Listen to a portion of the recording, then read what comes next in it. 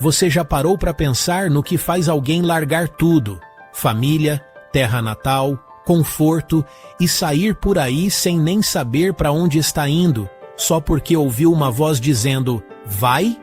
Pois foi exatamente isso que Abraão fez. A uma sociedade afundada na idolatria, Deus escolheu justamente um homem que vivia cercado de paganismo para ser guardião da sua vontade. A fé de Abraão surgiu como um farol em meio à escuridão espiritual do mundo. E foi a esse homem que Deus fez uma promessa poderosa. Far-te-ei uma grande nação, e abençoar-te-ei, e engrandecerei o teu nome, e tu serás uma bênção. Gênesis 12:2. Depois da dispersão de Babel, a idolatria tornou-se novamente quase universal, e o Senhor deixou afinal os empedernidos transgressores que seguissem seus maus caminhos, enquanto escolheu a Abraão da linhagem de Sem, e o fez guardador de sua lei para as gerações futuras. Abraão tinha crescido em meio de superstição e paganismo. Mesmo a casa de seu pai, pela qual o conhecimento de Deus tinha sido preservado, estava a entregar-se às influências sedutoras que os rodeavam e serviram a outros deuses. Josué 24:2 em vez de Jeová. Mas a verdadeira fé não devia extinguir-se. Deus sempre preservou um remanescente para o servir. Adão, Sete, Enoque, Matusalém, Noé, Sem, em linha ininterrupta, preservaram de época em época as preciosas revelações de sua vontade. O filho de Terá se tornou o herdeiro deste sagrado depósito. A idolatria acenava-lhe de todo o lado, mas em vão. Fiel entre os infiéis, incontaminado pela apostasia prevalecente, com perseverança, apegou-se ao culto do único verdadeiro Deus. Perto está o Senhor de todos os que o invocam, de todos os que o invocam. Ele comunicou sua vontade a Abraão, e deu-lhe um conhecimento distinto das exigências de sua lei e da salvação que se realizaria por meio de Cristo. Veio a Abraão a mensagem de Deus: sai-te da tua terra e da tua parentela e da casa de teu pai para a terra que eu te mostrarei. Gênesis 12:1. A fim de que Deus o pudesse habilitar para a sua grande obra, e a isto acrescentou-se esta certeza, mais preciosa do que todas as outras para o herdeiro da fé, de que o Redentor do mundo viria de sua linhagem. Em ti serão benditas todas as famílias da terra. Gênesis 12:2-3.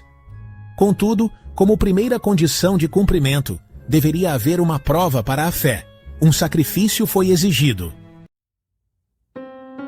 Pela fé, Abraão, sendo chamado, obedeceu, indo para um lugar que havia de receber por herança, e saiu, sem saber para onde ia.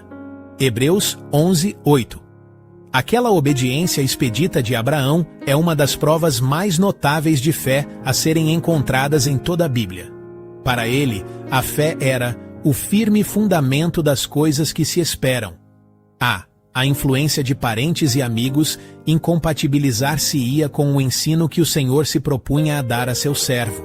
Agora que Abraão estava, em sentido especial, ligado ao céu, devia habitar entre estranhos. Seu caráter devia ser peculiar, diferindo de todo o mundo. Ele não podia nem mesmo explicar sua maneira de proceder, de modo que fosse compreendido por seus amigos. As coisas espirituais são discernidas espiritualmente, e seus intuitos e ações não eram entendidos por seus parentes idólatras. Não fora uma pequena prova aquela a que foi assim submetido Abraão, nem pequeno o sacrifício que dele se exigira. Fortes laços havia para o prender ao seu país, seus parentes, seu lar. Ele, porém, não hesitou em obedecer ao chamado. Não teve perguntas a fazer concernentes à terra da promessa. Se o solo era fértil e o clima saudável, obediência expedita de Abraão é uma das provas mais notáveis de fé a serem encontradas em toda a Bíblia. Para ele, a fé era o firme fundamento das coisas que se esperam, e a prova das coisas que se não veem. Hebreus 11:1. Confiando na promessa divina, sem a menor garantia exterior de seu cumprimento, abandonou o lar, os parentes e a terra natal, e saiu, sem saber para onde, a fim de seguir aonde Deus o levasse. Pela fé habitou na terra da promessa, como em terra alheia, morando em cabanas com Isaque e Jacó, herdeiro com ele da mesma promessa. Hebreus 11:9. Não fora uma pequena prova aquela a que foi assim submetido Abraão, nem pequeno o sacrifício que dele se exigira. Fortes laços havia para o prender ao seu país, seus parentes, seu lar. Ele, porém, não hesitou em obedecer ao chamado. Não teve perguntas a fazer concernentes à terra da promessa, se o solo era fértil e o clima saudável, se o território oferecia um ambiente agradável e proporcionaria oportunidades para se acumularem riquezas. Deus falara, e seu servo devia obedecer.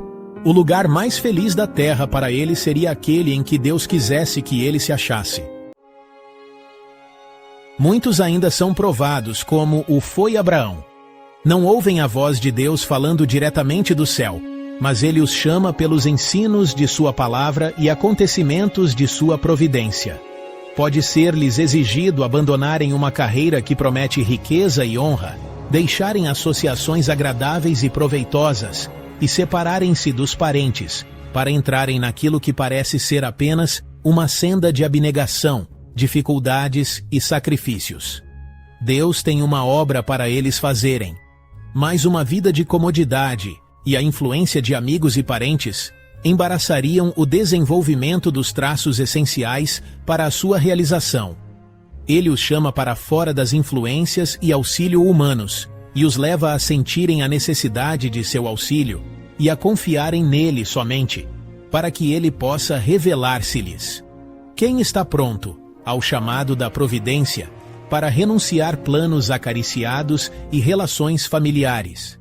Quem aceitará novos deveres e entrará em campos não experimentados, fazendo a obra de Deus com um coração firme e voluntário, considerando por amor a Cristo suas perdas como ganho? Aquele que deseja fazer isto tem a fé de Abraão, e com ele partilhará daquele peso eterno de glória muito excelente.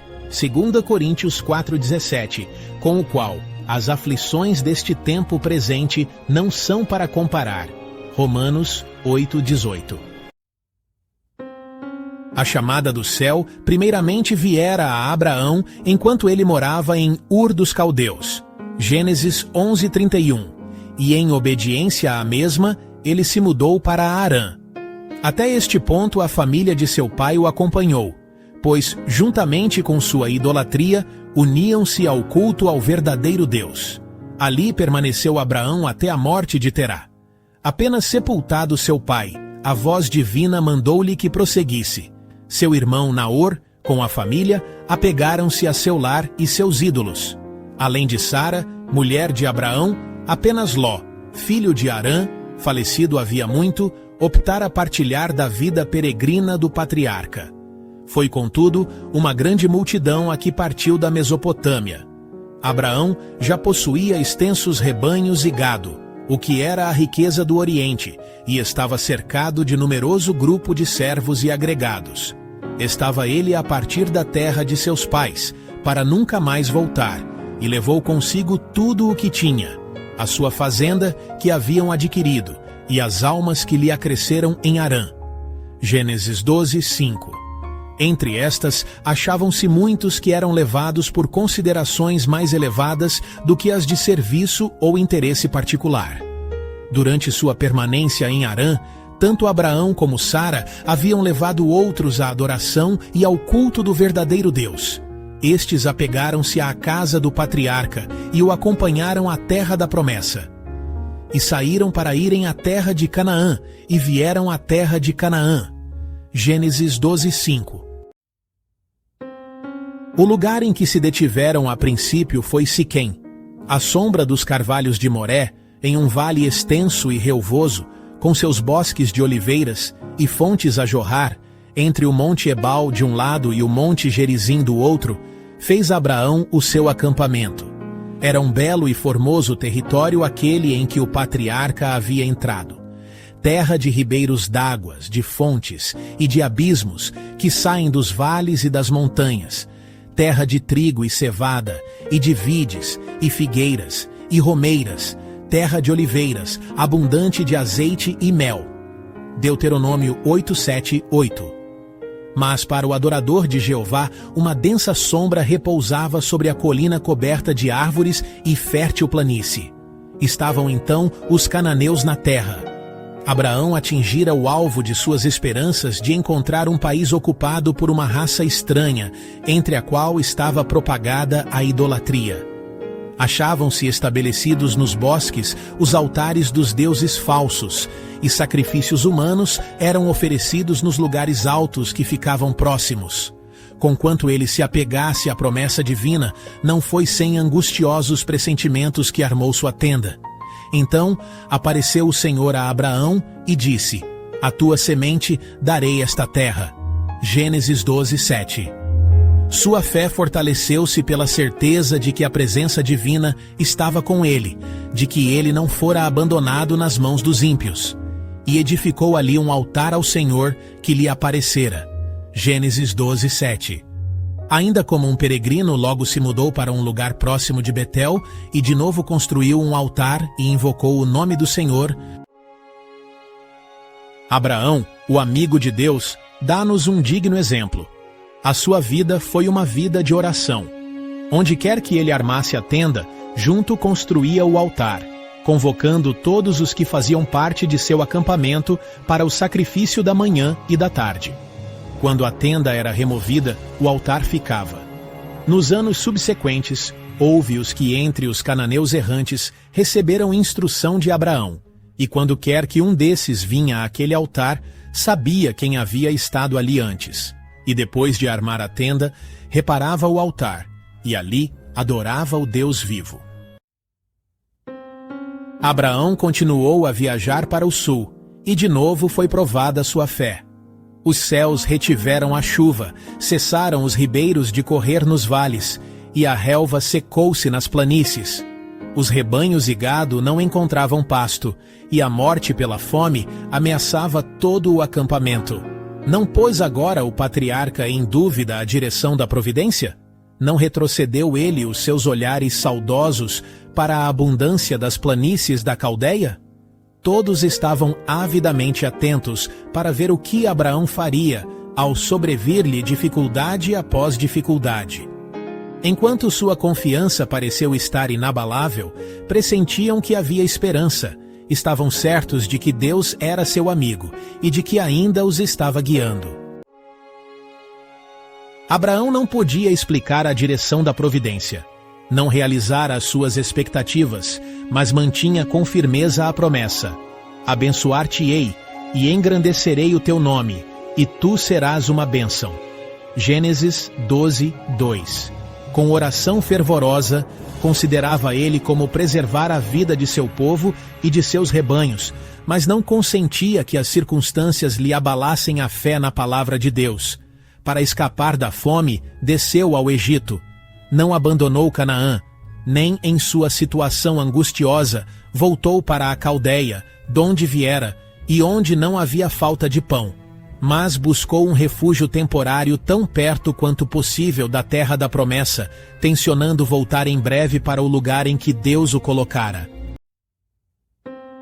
O Senhor, em sua providência, trouxera esta prova a Abraão, a fim de lhe ensinar lições de submissão, paciência e fé. Lições que deveriam ser registradas para benefício de todos os que mais tarde fossem chamados a suportar a aflição. Deus dirige seus filhos por um caminho que eles não conhecem, mas não se esquece dos que nele põem a confiança, nem os rejeita. Permitiu que a aflição sobreviesse a Jó, mas não o abandonou. Consentiu que o amado João fosse exilado para a solitária ilha de Patmos, mas o Filho de Deus o encontrou ali, e sua visão esteve repleta de cenas de glória imortal. Deus permite que as provações assaltem seu povo, a fim de que pela sua constância e obediência possam eles mesmos enriquecer espiritualmente, e possa o seu exemplo ser uma fonte de força aos outros. Eu bem sei os pensamentos que penso de vós, diz o Senhor, pensamentos de paz e não de mal. Jeremias 29:11. As mesmas provações que da maneira mais severa provam a nossa fé e fazem parecer que Deus nos abandonou, devem levar-nos para mais perto de Cristo, para que possamos depor todos os nossos fardos a seus pés e experimentar a paz que Ele, em troca, nos dará. Deus sempre tem provado o seu povo na fornalha da aflição. É no calor da fornalha que a escória se separa do verdadeiro ouro do caráter cristão. Jesus vigia a prova. Ele sabe o que é necessário para purificar o precioso metal, para que este possa refletir o brilho de seu amor. É por meio de sofrimentos severos, decisivos, que Deus disciplina seus servos.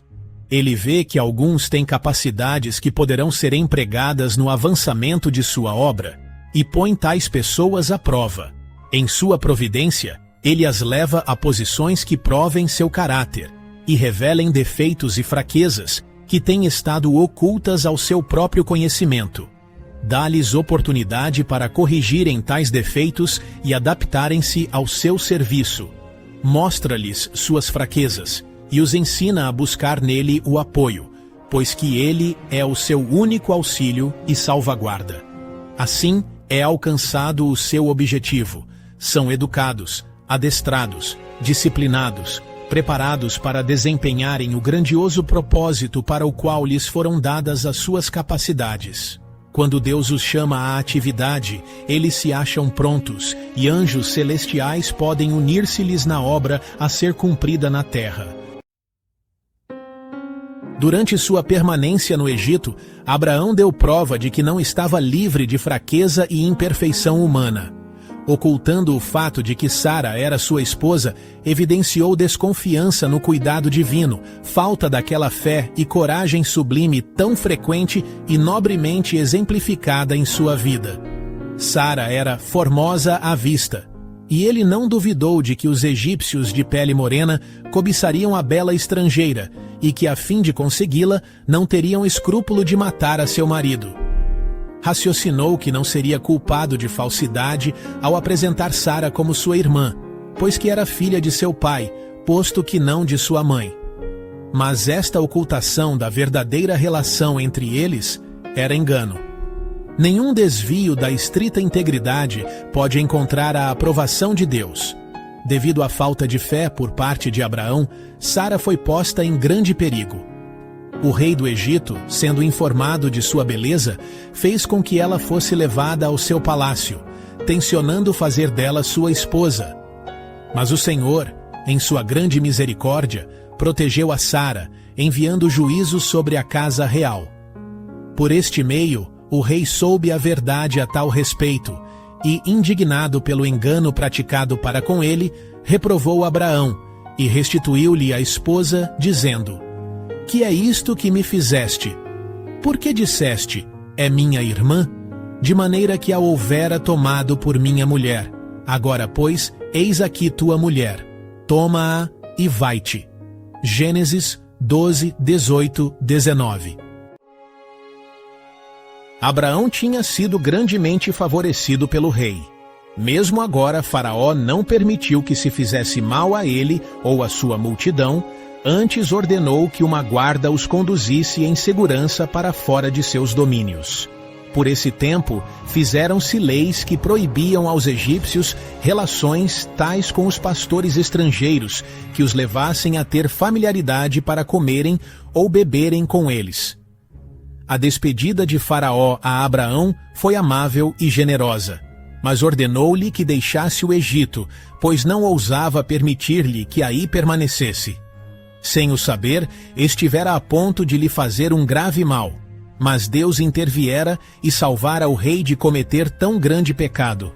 Faraó viu neste estrangeiro um homem a quem o Deus do céu honrava, e receou ter em seu reino alguém que de maneira tão evidente se achava sob o favor divino. Se Abraão ficasse no Egito, sua crescente riqueza e honra seriam de molde a despertar a inveja e a cobiça dos egípcios, e algum agravo lhe poderia ser feito, pelo qual o rei seria considerado como responsável, e o qual, de novo, poderia acarretar juízos sobre a casa real. A advertência feita a Faraó demonstrou ser uma proteção para Abraão em suas relações posteriores com os povos gentios, pois tal coisa não pode ser conservada em segredo, e viu-se que o Deus que Abraão adorava protegeria a seu servo e que qualquer mal a ele feito seria vingado. Coisa perigosa é ocasionar dano a um dos filhos do Rei do Céu. O salmista se refere a este capítulo da experiência de Abraão, quando diz, falando do povo escolhido, que Deus, por amor deles, repreendeu reis, dizendo, não toqueis nos meus ungidos e não maltrateis os meus profetas. Salmos 105, 14 e 15. Há uma semelhança interessante entre a experiência de Abraão no Egito e a de sua posteridade, séculos mais tarde. Ambos desceram ao Egito por causa de uma fome, e ambos ali residiram temporariamente. Mediante as manifestações dos juízos divinos em seu favor, o seu temor caiu sobre os egípcios, e, enriquecidos pelas dádivas dos gentios, saíram com muitos recursos. A história de Abraão nos lembra que fé verdadeira exige coragem, renúncia e confiança inabalável nas promessas de Deus, mesmo quando tudo ao nosso redor parece incerto. Ele foi chamado a deixar tudo o que conhecia para seguir um caminho desconhecido, confiando unicamente na voz do Senhor. E assim, tornou-se o pai da fé, exemplo de obediência e dependência total do Deus vivo. Hoje, o mesmo chamado ecoa para cada um de nós. Confiar, mesmo sem ver, obedecer, mesmo sem entender, e crer, mesmo nas adversidades. Que tenhamos a mesma disposição de Abraão para seguir onde Deus nos mandar, certos de que, no final, a recompensa será infinitamente maior do que qualquer sacrifício.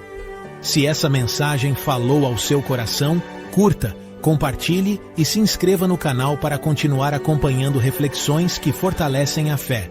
Até o próximo vídeo.